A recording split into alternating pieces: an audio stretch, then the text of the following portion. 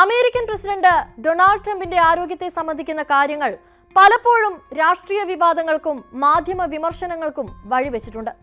അടുത്തിടെ അദ്ദേഹത്തിന്റെ കാലുകളിലുണ്ടായ വീക്കം വലിയ ചർച്ചാ വിഷയമായി മാറിയിരുന്നു. മെഡിക്കൽ റിപ്പോർട്ടുകൾ പ്രകാരം ഇത് ക്രോണിക് വീനസ് ഇൻസഫിഷ്യൻസി എന്ന അവസ്ഥയാണ്.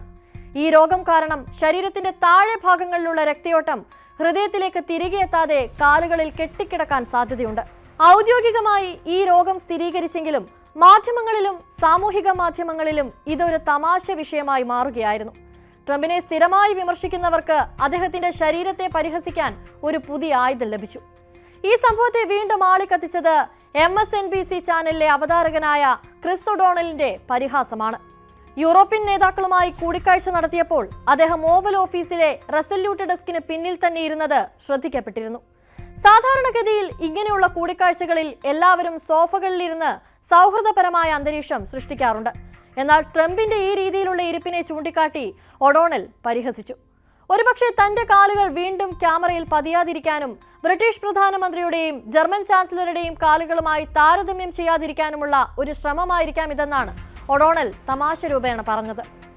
നേരത്തെ റഷ്യൻ പ്രസിഡന്റ് വ്ളാഡിമിർ പുടിനുമായി അലാസ്കയിൽ വെച്ച് നടത്തിയ ഉച്ചകോടിയിൽ ട്രംപിന്റെ വീർത്ത കാലുകൾ ക്യാമറയിൽ പതിഞ്ഞത് വലിയ വാർത്തയായിരുന്നു. ഈ സംഭവം ആവർത്തിക്കാതിരിക്കാനായിരിക്കാം ട്രംപ് ഇത്തരത്തിൽ പെരുമാറിയതെന്നാണ് ഒഡോണൽ സൂചിപ്പിച്ചത്.